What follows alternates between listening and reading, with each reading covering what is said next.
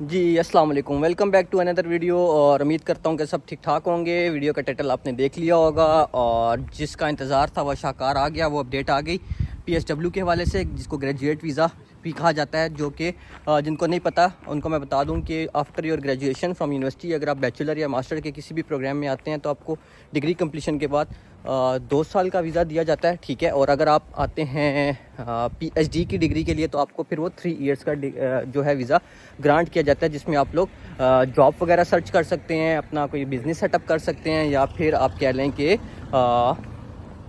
आप जो है मतलब 2 साल यहाँ पे रह सकते हैं। जो भी आप करना चाहें जॉब के हवाले से आप वो अपना करियर बना सकते हैं।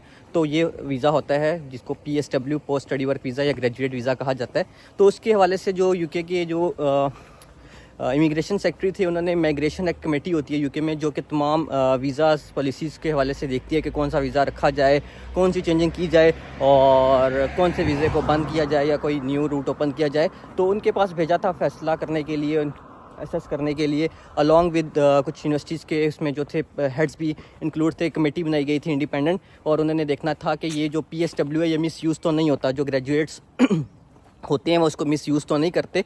तो उसकी जो फाइंडिंग्स हैं उसके मुताबिक 1,14,000, ठीक है, 1,14,000 जो स्टूडेंट्स हैं उन्होंने पीएसडब्ल्यू वीज़ा या ग्रेजुएट वीज़ा लिया था, ठीक है, पोस्ट स्टडी वर्क वीज़ा लिया था। और अलॉन्ग विद 30,000 जो है उसमें डिपेंडेंट्स भी इंक्लूड थे।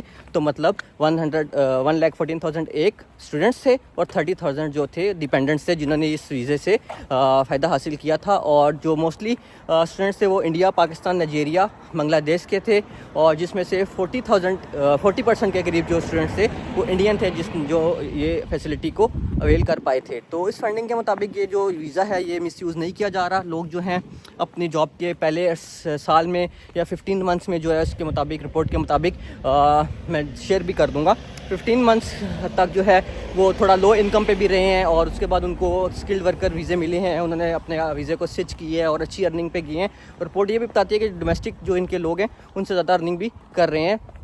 एक तो ये, सेकेंडली ये कि इसने ये बताया, फंडिंग ने जो रिपोर्ट है कि कमेटी ने ये बताया है कि जो ये वीज़ा है ये मिसयूज़ नहीं किया जा रहा। इस वीज़े की वजह से जो है यूनिवर्सिटीज़ अपना जो है फाइनेंस को वो जो है अच्छे तरीके से चला पा रही हैं, क्योंकि इंटरनेशनल स्टूडेंट्स की वजह से ही यहाँ पे मोस्टली यूनिवर्सिटी जो हैं वो चल पा रही होती हैं, क्योंकि डोमेस्टिक स्टूडेंट्स की फ़ीस तो 9,000 के करीब होती है पर ईयर, तो उससे इनको नहीं होता। तो उस रिपोर्ट में ये बताया गया कि जो ये वीज़ा है 2 साल का वीज़ा, जिसकी वजह से स्टूडेंट्स यूके में स्टडी के आने के लिए प्रेफर करते हैं, वो दूसरे कंट्रीज़ में नहीं जाते। और आपको पता है कि यूके ही 2 साल का वीज़ा दे रहा है, पोस्ट स्टडी वर्क वीज़ा, तो लोग यहाँ पर आने को प्रेफर कर रहे होते हैं। तो जब वो 2 साल के लिए यहाँ पर आते हैं, वो अच्छी खासी हैंडसम अमाउंट इनको पे करते हैं यूनिवर्सिटीज़ को, 15,000 20,000 पाउंड्स ऑन एवरेज फीसिस होती हैं पर ईयर या पर डिग्री। अगर मैं बात करूँ मास्टर्स के लिए तो वो उसमें आप लोगों को वीज़ा दे रहे होते हैं, ठीक है। उस वजह से आप लोग यहाँ पे आ रहे होते हैं। तो ये जो फ़ीस आप लोगों से कलेक्ट की जाती है यूनिवर्सिटीज़ को रन करने में, इसमें काफ़ी इसका जो है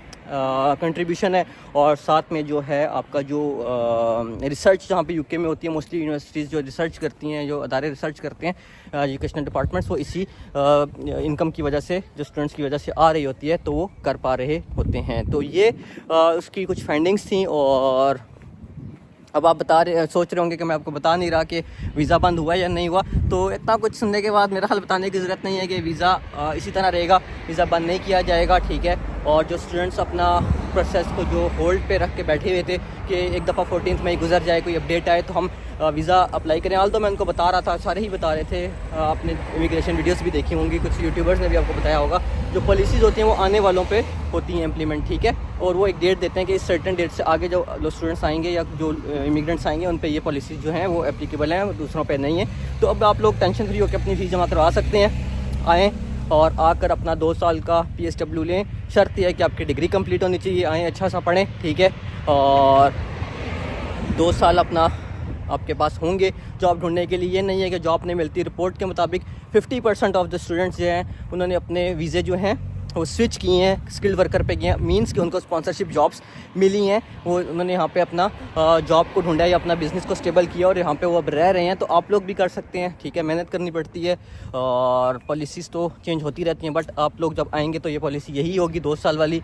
तो ये सारी रिपोर्ट थी, ठीक है। और जो उनके जो प्रोफेसर ब्रेन बेल है, आई थिंक यही नाम था उनका, तो उन्होंने भी इस वाले में इस रिपोर्ट में जो है यही बातें बताई हुई हैं, यही उनकी भी फाइंडिंग्स हैं। वो भी इस कमेटी का हिस्सा थे, माइग्रेशन एक्ट कमेटी का, कि ठीक है वीज़ा ये मिसयूज़ नहीं किया जा रहा स्टूडेंट्स की वजह से, और ये काफ़ी कंट्रीब्यूशन कर रहा है एजुकेशन सेक्टर में। आपको जैसे पता ही होगा यूके जो है इंटरनेशनल स्टूडेंट्स की जो आप कह लें फीसिस हैं, उसी वजह से यूके की यूनिवर्सिटीज़ जो हैं काफ़ी स्टेबल यहाँ पे चल रही हैं, और एजुकेशन का स्टैंडर्ड भी बड़ा अच्छा है यूके की यूनिवर्सिटीज़ का, वेल नॉन है दुनिया में, आप लोगों को पता ही है। तभी आप लोग और मैं यहाँ पे स्टडी के लिए आते हैं और नेक्स्ट अपना कोई सिलसिला चलाते हैं। तो ये थी आज की वीडियो, और आप टेंशन फ्री होकर अपने प्रोसेस को कंप्लीट करें टाइमली, और जल्दी से जल्दी आने की कोशिश करें।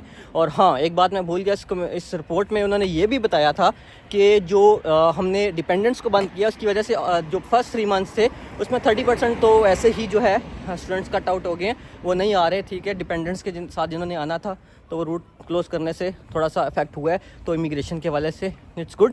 तो एक अच्छी खबर थी। और आजकल जो यूके में इमिग्रेशन पॉलिसीज़ को लेकर ऊपर नीचे की न्यूज़ आ रही हैं, तो उसके मुताबिक ये काफ़ी अच्छी न्यूज़ थी स्टूडेंट्स के लिए भी। और बेस्ट ऑफ लक सबको अपने प्रोसेस के लिए, टाइमली प्रोसेस करें और टाइमली वीज़ा लेकर अब आप आ सकते हैं। ठीक है, मिलते हैं किसी नेक्स्ट वीडियो में, तब तक के लिए अपना ख्याल रखें। अल्लाह हाफिज़।